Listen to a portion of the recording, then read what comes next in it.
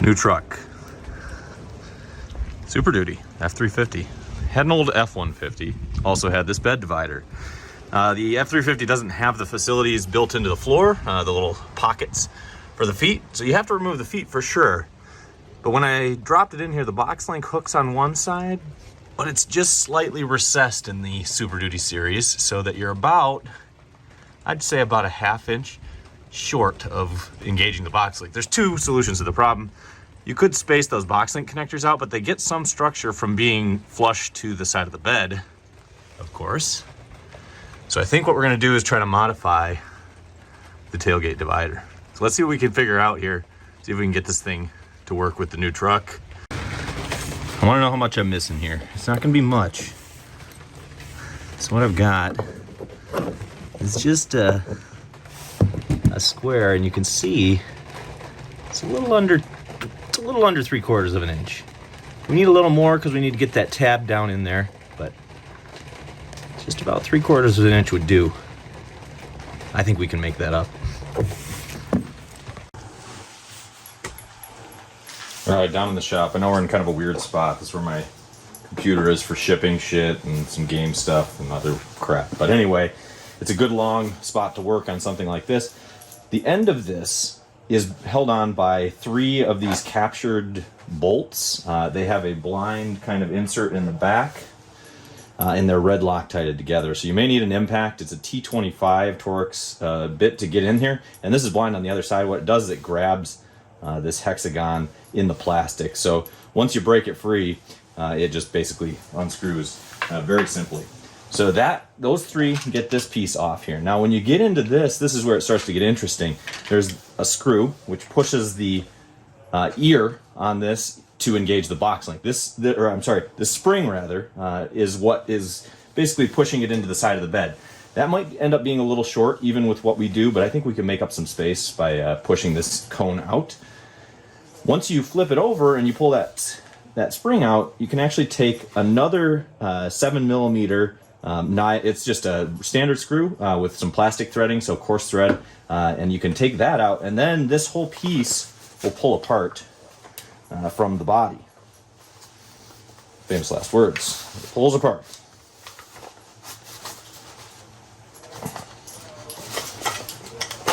There we go. Holy cow. But when you do this, be careful you don't lose this little guy. There's another, there you go. Go dropping it.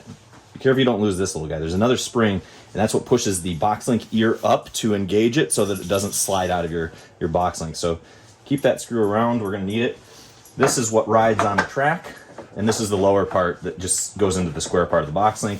The upper part slides over the piece of plastic we just removed, and that's what this part flexes. You can see they've got flex on the end here, and that's what that spring pushes up, so this is what grabs the BoxLink. So I think we can make up our difference here.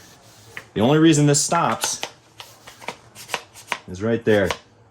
So if we extend this slot about 3/8 of an inch, maybe we'll go a little bit longer on both sides, I think that's going to do exactly what we need it to do to get this thing fit in the SuperDuty. Bring you over to the healing bench here. What I did is take my carpenter square and just get it so that we're at the edge of our slot. And what I'm trying to figure out is how much room do we have here? It's actually 1 3/8 inches to the very edge, which we know the edge needs to butt up against the BoxLink. So if I take off that 3/8 inch on either end, I think we're going to be good. So let's take our square, set it down to 1 inch, just so we can repeat this on both sides, kind of the same. Doesn't have to be perfect.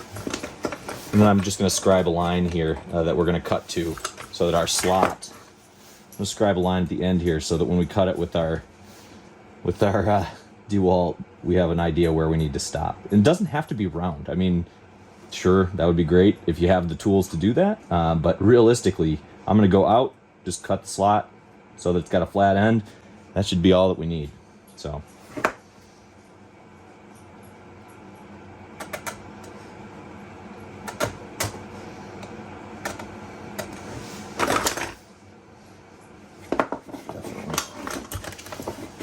there's not really any science to this. I'm using a basic metal blade, a little fine tooth, and then we're just gonna tried to take a cut out of here.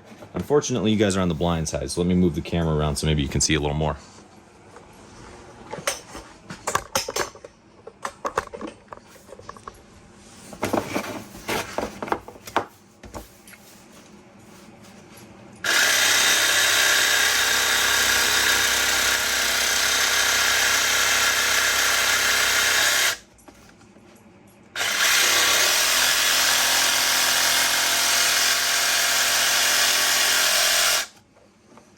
Really just cut those 2 ears, and then I think I'm going to scribe that and try to break it off just to make it a little easier on myself instead of trying to turn the blade.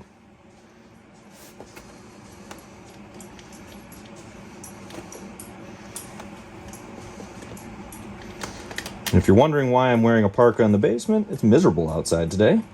Probably saw that in the start. It's raining, it's freezing rain, it's cold and gross, so yeah. The only thing when you're scribing, don't keep your finger there. Man, you jump out of that line, you slice the shit out of your finger. So there you go, safety tip for the day. All right, I think we got enough there. Let's grab it with some pliers. Can we get in there? Too wide. Ooh, that might be. That's damn close to perfect. We won't do that though, we'll grab this.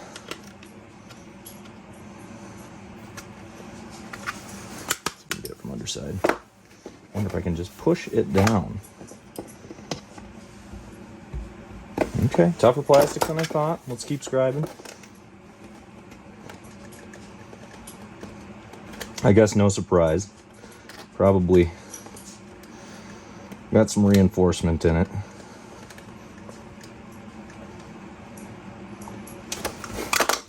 Lots of ways to skin this cat.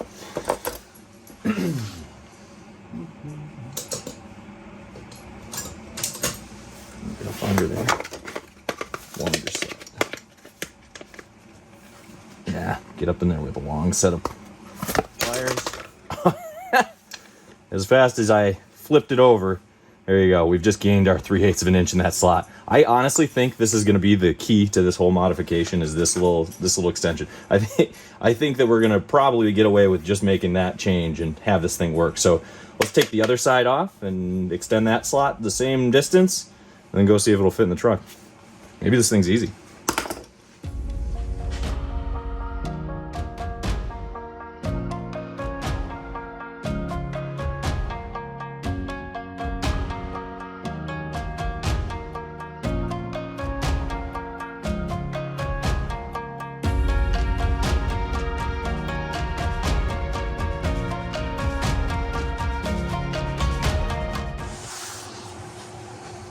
Back on the end we just took off. I want to show you what the deal is here. So I said that this spring goes in here. That's how that sits. Then this ear goes over the top of it. Now we extended the slot, recall. And we can see there's a little space now. About, well, it's not quite 3/8 of an inch. It's probably closer to, I would say, 1/4 an inch that the spring is not taking up. So you've got a little bit of looseness here, which for the purposes of making it lock into the bed link, I think we need to take up. And that should be pretty easy. We'll just throw a spacer in this side because it's a square captured part. Let's look at it again here. It's easy. We can throw a spacer in there and it's never going to move. And then we don't have to fool with this cone on the other end that the spring engages with. All right, back with you. There we go. The magic here. Just grabbed a couple little pieces cut off from a scrap of wood, and that's going to make up our spacer here. It really doesn't have to be anything special. You could toss just about any. You could stack a couple quarters in there, work just as well. If you wanted to spend 50 more cents on the project, that is how simple this is.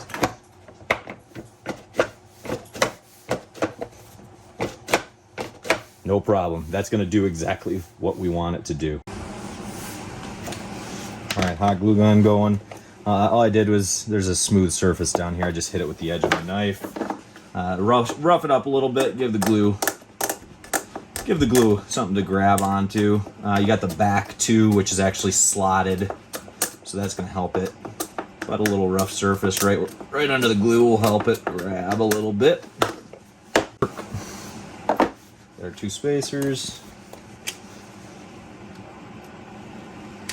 Big fat blob of glue in there. Drop our spacers in. Do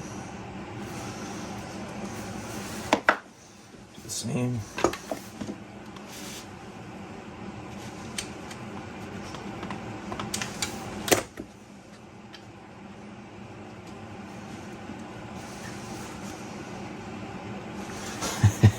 Not pretty, but it'll do. All right, glue is mostly cool.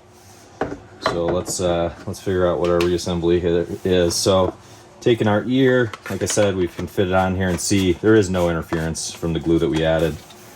Flip this guy over once we cover it with the top. You'll see a tab on the end. I should mention that. There's a tab right here. Make sure you catch the tab there. That captures that front part so that it doesn't lose the spring when you put it back in your truck.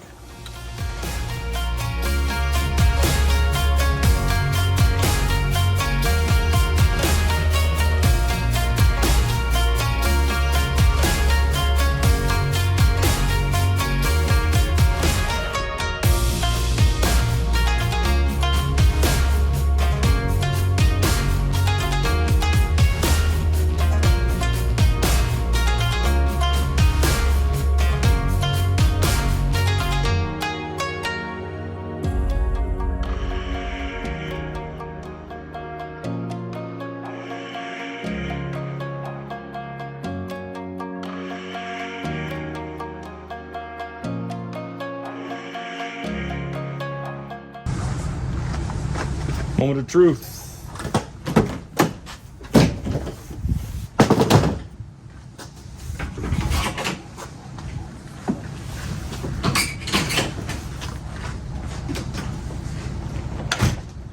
Remember, feet are off of it.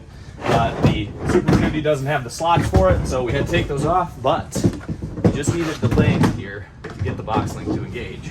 It looks promising already. In.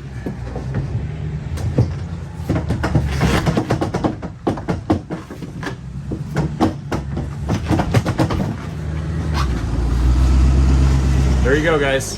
Not a bad little modification. If you have one of these left over from your F150, maybe you want to recycle it for your SuperDuty. I find this thing to be super handy. Like I said, we'll put some feet on the bottom. We'll see if we can retrofit those little rubber feet. We may just need to trim them up a little bit. All right, found the feet that I had already taken off. These are the rubber feet. They're actually, I love these feet for the fact that they used to lock it in so that it wouldn't slide back and forth on the bottom. They're not going to do quite that on the new one, but I think they will help a little bit because they are rubber. So if we could trim these and then perhaps bring them up, that would be nice. Just add a little bit more stability at the bottom of the divider. So I think what I'm going to do is we're going to snip out this bottom part. We know that there's no room under this in the SuperDuty bed with the spray-in liner, and the spray-in liner is not that thick. So even if you didn't have the spray-in, you're going to be real tight on this. So we're going to clip this this rubber out, and then we're going to probably, I think, take this rubber ridge off the top here and see if we can't get this just moved up to re-bolt to the plastic. This is all plastic. These are all self-tapping screws. There's nothing to this, so basically anything we do, I mean, we can play around here. This is forgiving, so let's try it out. We'll clip one of these up, see if we can make it work. All right, some tin snips, just heavy-duty scissors probably work too. Snip these right flush. So basically, you've just got the paw or the foot here. And then what we want to do is see where we're going to land this thing. So I can still kind of take advantage of these ridges to some extent. We're going to have to cut off most of it. And I think we can probably use a little bit of that. It wouldn't hurt my feelings any. So I think we'll just move it up. We're not going to be able to put this back in the same screw hole either, obviously. We're going to have to put a screw hole right here in this upper ridge, and I think that'll help a whole bunch. This is to our advantage actually. This sticks out a little bit higher, or this part sticks out a little further than this ridge here, but this is all open. So we don't have to make any modifications to the inside of this rubber. All we need to do is basically clip a little bit away to make up for this, the lack of ridge here. So see if we can do that. This is just tedious stuff. Like I said, this is not probably totally required, but it'd be cool to get it back on there in some format. Yeah.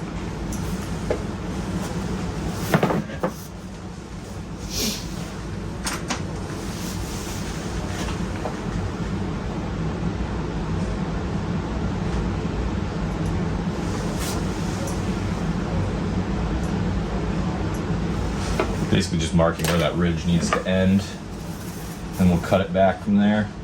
If you're looking at the side view, it actually, that little flexion point in the rubber is probably a good reference point too if you don't want to measure.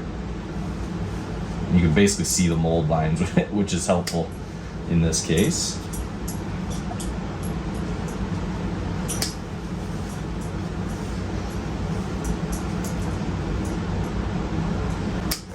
Ford charges almost $200 for this damn thing, so real nice to be able to continue to use it.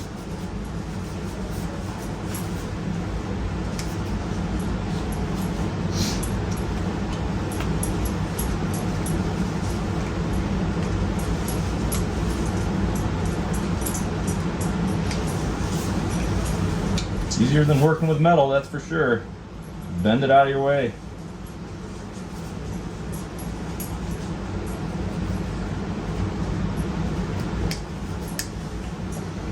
Don't eat that, Cash. Don't eat it. I know, it's just like the toys that we give you. I know.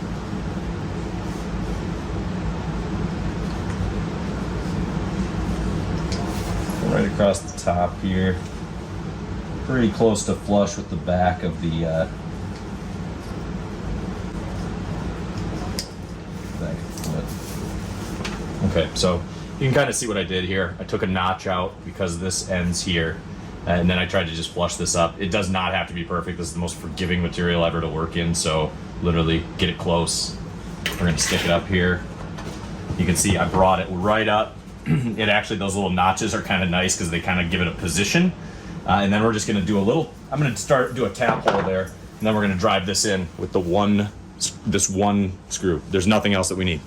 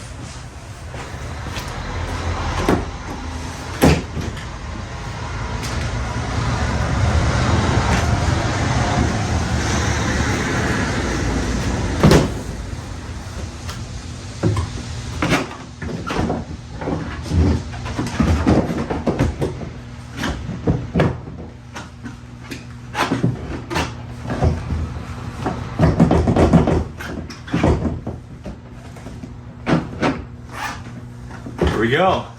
They don't offer quite the same benefits as the other ones. Like I said, they help slot into the F-150's tray, so they don't have that a significant lower reinforcement, but they do help. You can definitely tell that it's just got something to push against in the back, so that just helps stabilize it. And when you take it off and store it in your garage, when you got a bigger load, it'll stand itself up, which is nice. So there you go, guys. I don't know, a quick and dirty fix for the bed divider. I don't know if I'd buy one for an F250, but if you've already got one and you want to make it work, it's not too hard. Cut those slots, modify the feet. Maybe you don't even won't care about the feet. Just cut the slots and you've got a functional bed divider for your new SuperDuty.